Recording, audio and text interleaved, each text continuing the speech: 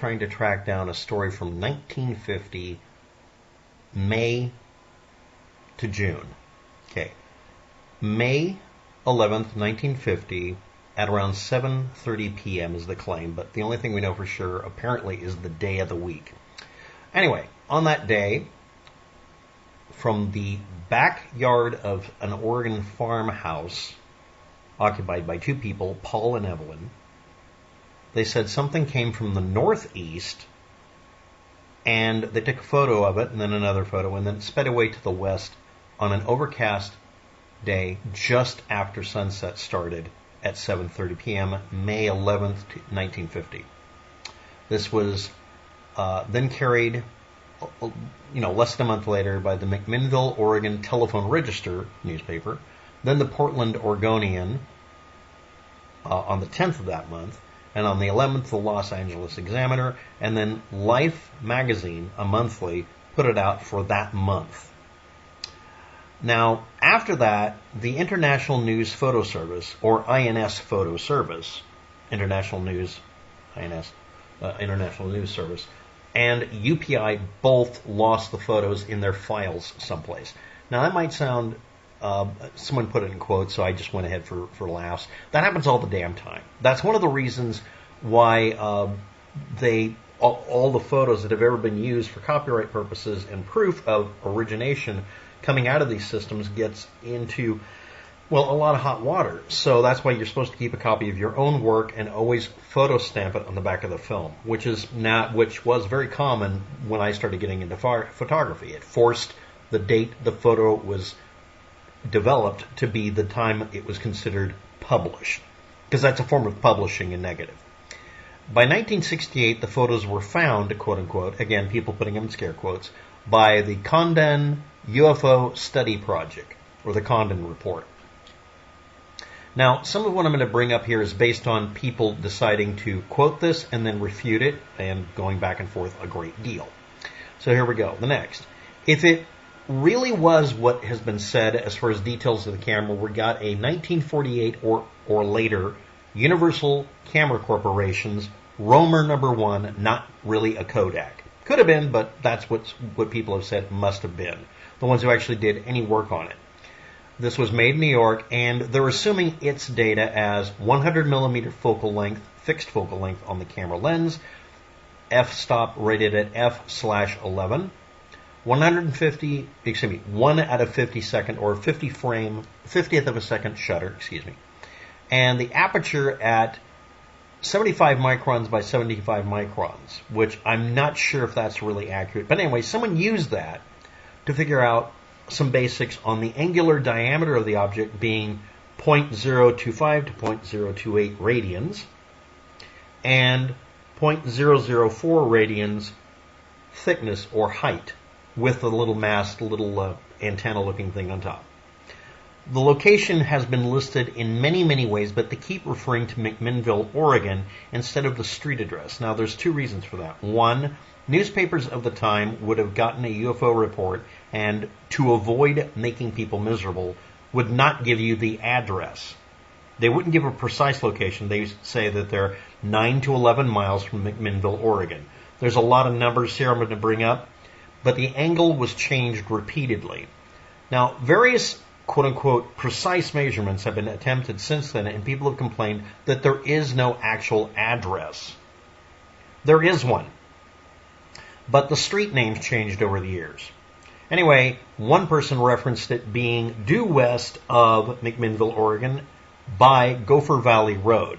Now remember, out in the sticks, by a road doesn't mean anything except that it's the nearest road you can recognize.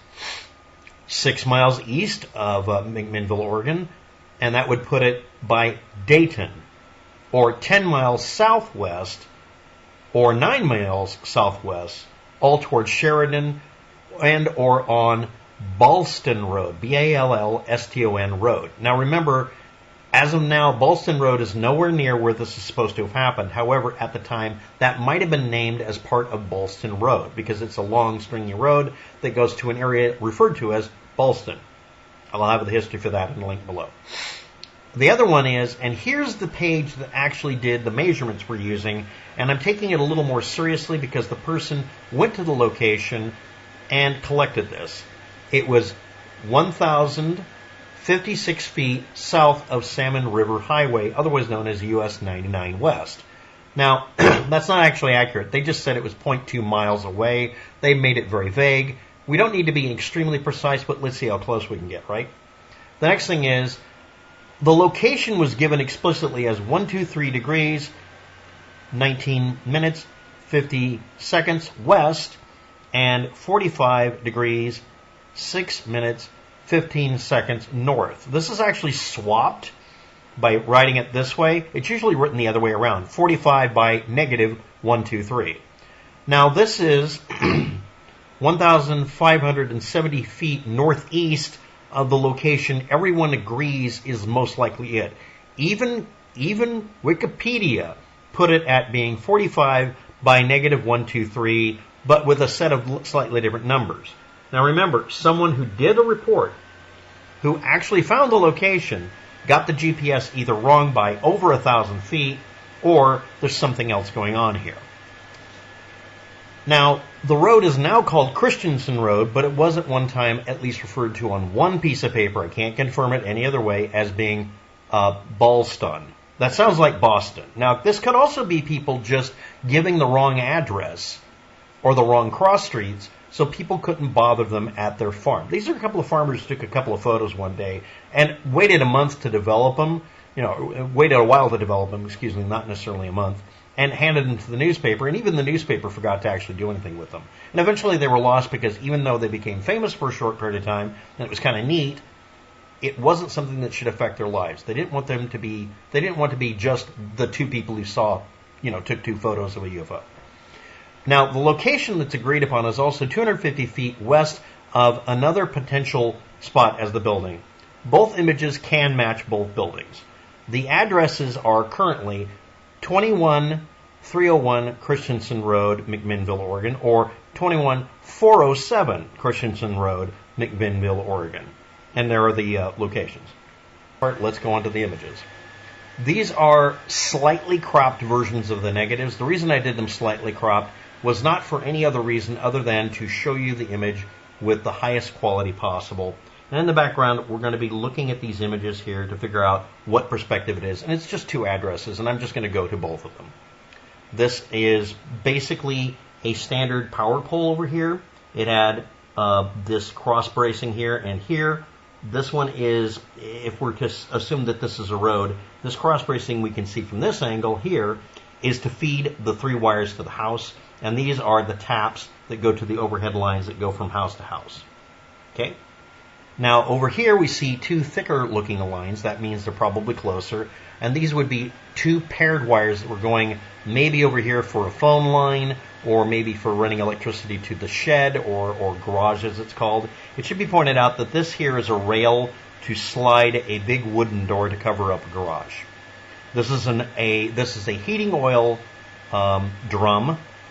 And this is a post out here where the other lines go for. We're going to look at the next image.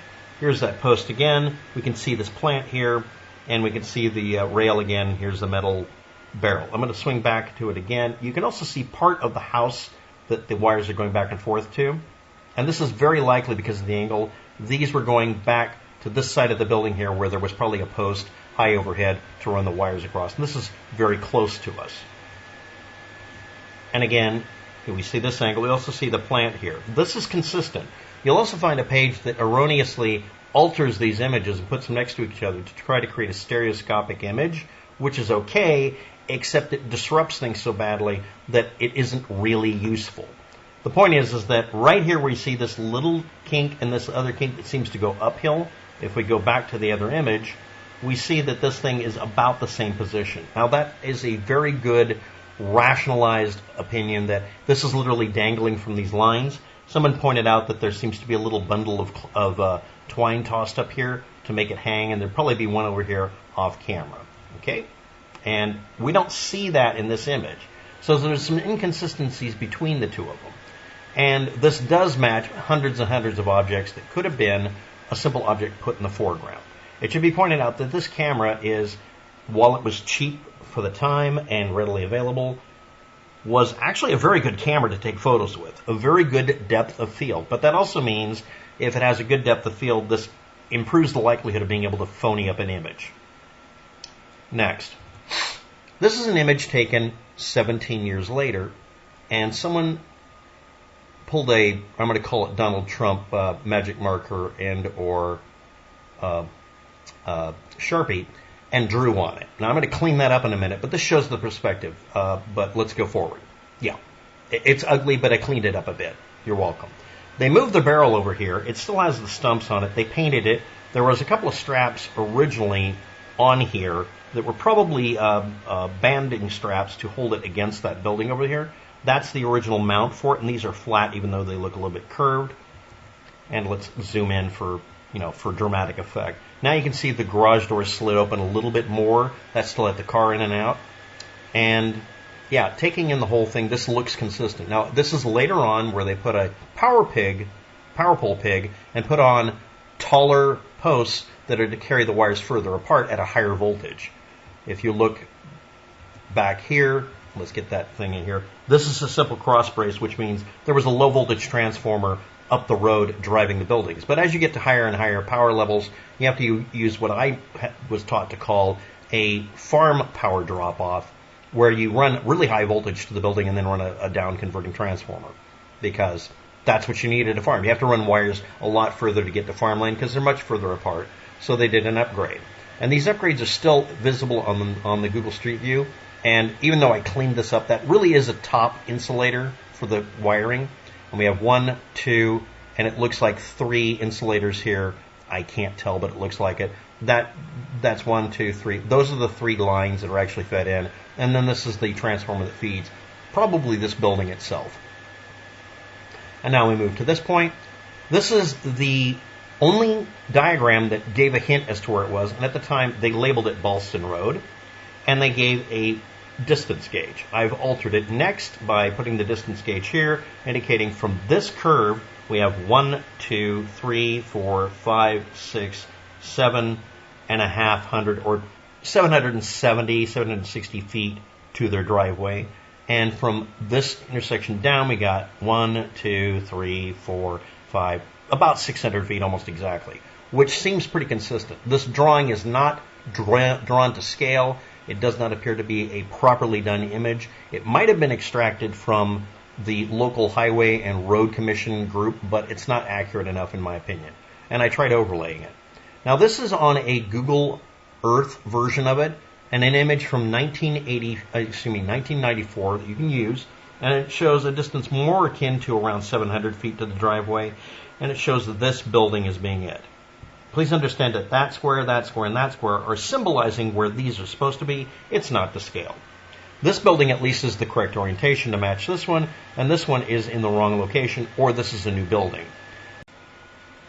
Major distance to here. Now when I do that, it's going to put the line in the wrong place, so I've got to zoom back out.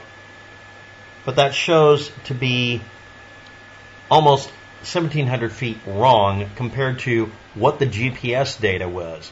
One of the original people who explored the idea put the location here by getting the number wrong. I have a feeling that it was from converting back and forth or estimating it or using some sort of surveyor marker in the area. Now let's see if it'll zoom in cleanly. It's at 21407 is the specific location for the garage, but the house is at 21401 here. I'm going to hit the street view, and I'm going to bring it up if it lets me by going here. Now when we do that and we turn around, we don't get to see much of the environment, so we have to do this. We have to do 2012 instead, because they've harvested or are redoing it. In the end, when we look at it in a minute, you'll be able to see most likely a building over here, which is only really visible if we jump to the next location. So I'm just going to use that one to get this a lot clearer. We're going to jump over here to this pole pig and this pole. Both of them have telephone pole pigs. Only one of them has the subsequent wiring going across the street here. The other one uses an underground variable cable on this one, but it has a pole pig as well. If we zoom in on it, you can see that there's a pole pig right here. And they have the same tree on top kind of thing that they did in the 1960s. And if we look over here, we see a building with a little A-frame bit up front or on top, and that's that other building over there.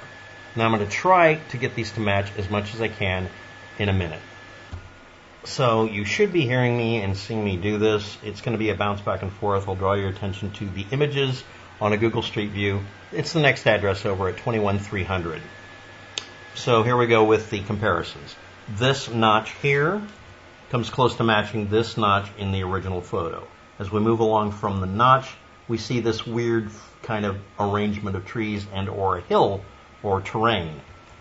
And we see it here again, right about there. We see, if you look really closely, in the background, another hill way in the background that seems to dip behind this hill. This part peaks up to the top. It's right there. And this is the hill in the foreground, and it's right there. Then the background hill appears again, and it does seem to be about right. Now the thing is that that background appears different, mostly because of the angle. This is the Google Street View thing that has a pole up on it. Depending on where the Google Street View is done, it's very high above the ground, and it may make this look different. And then as we look, way over here we see a little building. This is not exactly correct, obviously, but if we look, there is what looks to be the actual building involved. And if we zoom in on it, we can see it kind of over there. It's better to look at the other image at this point. So let's zoom in a bit, a lot more actually, and we see a building in the background like this. And when we go over here, we see the same building. It's obviously at a different angle. And that's the problem with this. This could be just a rebuild of the same building with some of the same characteristics, but it should have appeared over here. So that's about as good as I can do for finding it.